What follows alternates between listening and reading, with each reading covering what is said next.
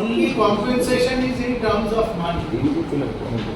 এখন এই যে এক্সাম্পলটা তুমি দিলে, এখানে যদি সে বেঁচে থাকে, এবার ফার্স্ট প্রশ্ন হবে, যেটা হচ্ছে খুব ডিসপিউটেড প্রশ্ন, হু ডিসাইডস যে মেডিকেল নেগলিজেন্স হয়েছে? কারণ এই যে কনজিউমার ফোরামের যেটা এখন সবচেয়ে কমন ফোরাম, এখানে কিন্তু জজ সাহেব যারা বা যারা আমরা উকিল আছি বা কেউ লিগাল লোক, তো মেডিকেল নেগলিজেন্স যে হয়েছে তার যে এটা ন্যাচারাল কোর্সে হয়নি বা কোনো ড্রাগসের কারো রিঅ্যাকশন হয় সেটার বেসিসে এই অবস্থা হয়, এইটাকে ডিসাইড করে। তো এই মেডিকেল নেগলিজেন্সটা হয়েছে সেটা আমাদের আইন বলছে এটা পুরোপুরি ডাক্তারদের উপর ছেড়ে দিতে হবে। অর্থাৎ কি না, সেখানে মেডিকেল নেগলিজেন্স প্রমাণ করতে গেলে তার আগে কোথায় যাব, তার আগে আরেকটা ফেলো ডাক্তার কি বলছে যে না এটা ঠিক চিকিৎসা হয়নি, এটা ভুল চিকিৎসা হয়েছে, তাই জন্য এটা হয়েছে। তাই জন্য এই মেডিকেল নেগলিজেন্সের যে সিভিল অ্যাসপেক্টটা আছে, মেডিকেল নেগলিজেন্স হয়েছে কি হয়নি এটা কোনো জজ বা উকিল বলবে না, এটা বলবে ডাক্তারদেরই ক্লিয়ার, আরেকজন ডাক্তার বা বডি অফ ডাক্তার। তার জন্য কিছু ইনস্টিটিউশন আছে, এক্সপার্ট বডি আছে, বা আমাদের আইনের বেশি টেকনিক্যালিটিতে না গিয়ে এটাকে সরল ভাষায় কমনলি বলা হয় বোলাম প্রিন্সিপাল। কারণ প্রথম ইংল্যান্ডে বোলাম ভার্সেস একটা হাসপাতালের এই মামলায় জজেরাই এটা ঠিক করে দিল যে ডাক্তার নেগলিজেন্ট কি নেগলিজেন্ট নয় আমরা ডিসাইড করা ঠিক। বেশিরভাগ ক্ষেত্রেই দেখা যায় একটা কোনো মেডিকেল সমস্যা, ধরুন একাধিক পদ্ধতি আছে, একজন ডাক্তারবাবু পদ্ধতি এ দিয়ে চিকিৎসা করেন, একজন ডাক্তারবাবু পদ্ধতি বি দিয়ে চিকিৎসা করেন, একজন সি দিয়ে চিকিৎসা করেন, তিনটেই এস্টাবলিশ প্রসিডিউর। এবার একজন এ করতে গিয়ে বেশি সাকসেসফুল হয়েছেন, উনি এ প্রসিডিউর করেন। এবার ধরা যাক আর একজন বিটা প্রেফার করেন, বি করতে গিয়ে কোনো কমপ্লিকেশন হলো, তখন মেডিকেল নেগলিজেন্সে প্রায়শই এটা হয় যে ওনাকে কেন বি করা হলো। আমি এটা বলার চেষ্টা করছি যে একজন পেশেন্টকে ভেন্টিলেট করাটা তার চিকিৎসার একটা অঙ্গ, একটা ইনজেকশন দেওয়া, একটা অপারেশন করা, একটা স্যালাইন দেওয়া, সেগুলো যেমন চিকিৎসার অঙ্গ। ডাক্তারকে ডেকে বল, এবং এটা বিদেশ আমি 6 বছর বিদেশে কাজ করেছি ভেন্টিলেট করার জন্য কোনো পয়সা কি হসপিটালে কনসেন্ট দেওয়া বা ডেড বডি রিলিজ করানো বা ভেন্টিলেশনে পুটিং করা পসিবল? যেটা নিজে করতে পারি সেটা আমি নিজে না করে একজন এজেন্টকে দিয়ে দিচ্ছি। আমি যদি মৃত হয়ে গেলাম, যে মুহূর্তে আমি মৃত হয়ে গেলাম আমার পাওয়ার অফ অ্যাটর্নিটা শেষ হয়ে গেল। কাজে ইয়েতে যে লোকটা মরে গেছে ডেড বডির ক্ষেত্রে এখানে কোনো অন্য সম্পূর্ণ অন্য জিনিস হয়ে আমি বলে দিতে পারি না। তবে হ্যাঁ এটা হয় যে এখন বলা হচ্ছে যে এখন খুব পপুলার হয়ে গেছে উইলেতে লোকে লিখে যাচ্ছে এবং সেটা নিয়ে ডিসপিউট হচ্ছে যে আমি যদি মারা যাই তাহলে আমার মুখাগ্নি করবে, আমার যদি একাধিক ছেলে মেয়ে থাকে অমুক জন আমার মুখাগ্নি করবে বা আমার লাস্ট রাইটস করবে বা আমার এটা করবে। এটা উইলেতে একটা রেকগনিশন এখন এসছে। না, প্রবেট হলে কি বলে, প্রবেট হলে সম্পত্তির ভাগ বাটোয়ারা লিগালি হবে, প্রবেট শেষ হলে উইলটা জেনুইন হবে, সম্পত্তি ওটা হচ্ছে সম্পত্তি রিলেটেড। বাট এখন আমরা হচ্ছে কি এই কনসেন্টে যদি বলে যে হ্যাঁ একজন, তবে এই নিয়ে কি এবার যদি হসপিটালের কাছে দুই ছেলে এসে ক্লেম করে, একজন বলে আমি আমার বাবার বডি নিয়ে যাব, একজন বলে তাদের দুজনের মুখ দেখা দেখি নেই, একজন উইল প্রডিউস করলো, একজন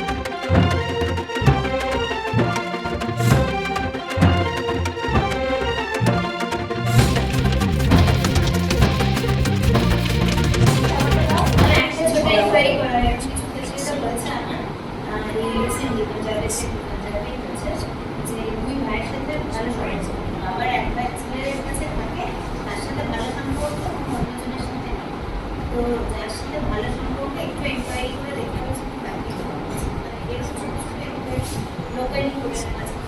তো মানে বডি দেওয়ার ওটুকু টাইমের মধ্যে হ্যান্ড ওভার করা না, বডি কিছুক্ষণ রাখা হবে P7 এনকোয়ারি চলবে। না না না লম্বা প্রসিডিউর বডি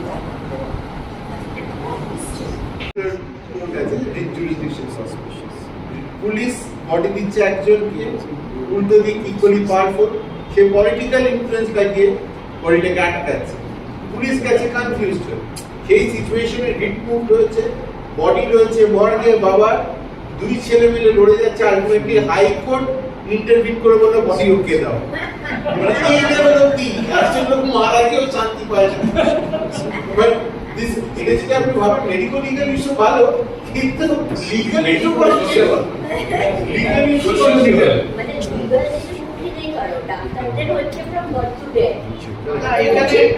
মানে মানে pre birth and post death. এটা অ্যাকচুয়ালি মেডিকেল লিগালে পড়ছে না, কারণ এখানে মেডিকেলের কিছু নেই আদার দ্যান দ্য ফ্যাক্ট যে হসপিটালে যদি মারা যান একটা মেডিকেল ইনফ্রাস্ট্রাকচারে তো সে হ্যান্ড ওভার করছে বডিটা।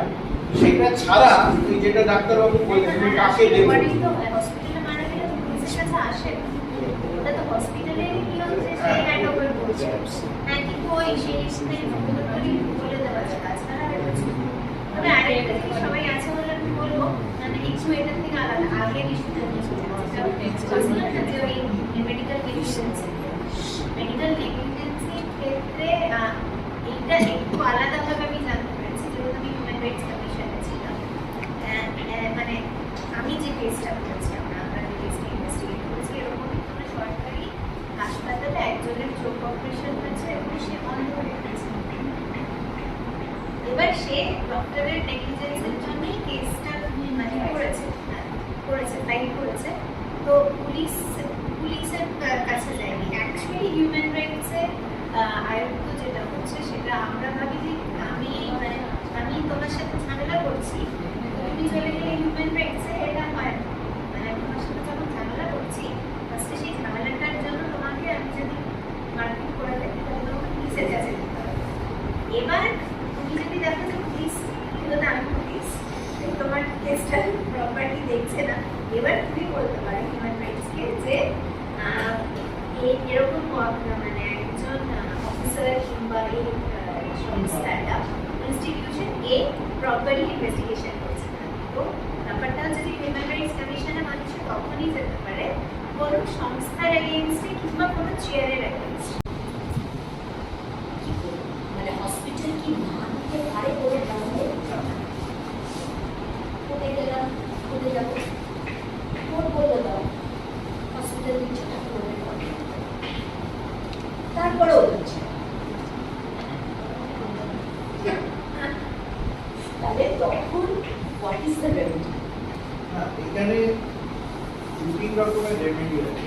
ফার্স্ট ইয়ে তো কোর্টটা তো অনেক পরের ব্যাপার, এখন তো অনেক রকম প্রেসাইডিং অথরিটিস হয়ে গেছে, যেরকম তারাও বলেছে নিয়ে যাও, তারাও কোভিডের সময় যখন হচ্ছিল দেখেছেন তখন মেনলি বিলিং ডিসপিউট হচ্ছিল। এখন এখানে ক্লিনিক্যাল এস্টাবলিশমেন্ট দিয়েছে, তার একটা যারা ওটা দেখে রেকর্ডসে নিয়ে হয়তো কনজিউমার ফোরাম অব্দি যেতে হবে না বা কোর্ট অব্দিও যেতে হবে না, সেখানে ওখানে বললেই ওটা হয়ে যায়। কারণ কি আছে, যেগুলো আপনার যে অথরিটি কনজিউমার ফোরাম তো শুধু মেডিকেল নেগলিজেন্স দেখছে না, তারা আপনার অন্য সার্ভিস রিলেটেড ডিসপিউটও দেখছে, কারোর গাড়ির ইস্যু হয়েছে, কারোর বাড়ি টিভি বা এসির ইস্যু হয়েছে, সেটাও দেখছে।